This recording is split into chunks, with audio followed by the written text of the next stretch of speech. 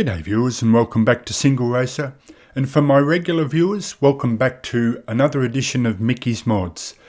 Now finally I get back to what I usually do, and this time not only do I have what I normally call a mods battle, where I have both car and track as a new mod, or mods that I've done previously, but this time I have also an extra bonus with the old versus the new. So I have a question first. Is anyone old enough to remember this classic menu? That's right viewers, it's the classic game GTLegends, but I'm guessing it's just Alex and I that remember this classic game. And I bring Alex up from the extra mile because it was he that expressed the same interest as myself, that we love to drive these classic cars. In other words, cars that are kind of hard to handle. You really have to grab hold of them and wring their neck to get the best out of them. And we both have that passion for this type of car, rather than the more modern car that's, you know, completely computerized and virtually drives itself. So the other thing is that I mentioned to him that I still had this classic game installed, and he expressed his surprise that I would still have this running. But before we go into the race, I just want to do a bit of housekeeping, because I run the most modern version of Windows, so that is Windows 10 64-bit, and I could get all my old classic games to run on it, but they initially didn't work, and so I want to show you how I ran through the process, and I'll do that now. And so here we are at my racing game partition. This is where I keep all the racing games together. And I have 3 or 4 classic games. I was able to get 90% of all my games to work under Windows 10 64-bit, but I needed to do this one simple thing. It's quite easy to do, and I'll show you that now. So see, I have GTLegends, Ford Racing 3, which is a great arcade racing, early racing game. I got that to work. All you do is, after you install the game, you go to its main directory, you go to the exe file that starts the game itself, and you right click it. So then you go to the tab marked compatibility. Now I'll untick these two because by default everything is unticked, and you make sure you tick the run this program in compatibility mode.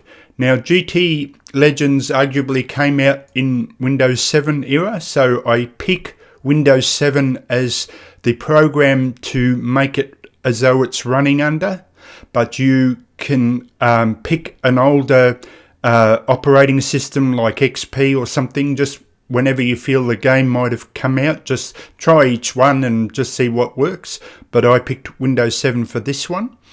And then you come down to the bottom one and you tick that as well, which is run this program as the administrator. You tick both of those.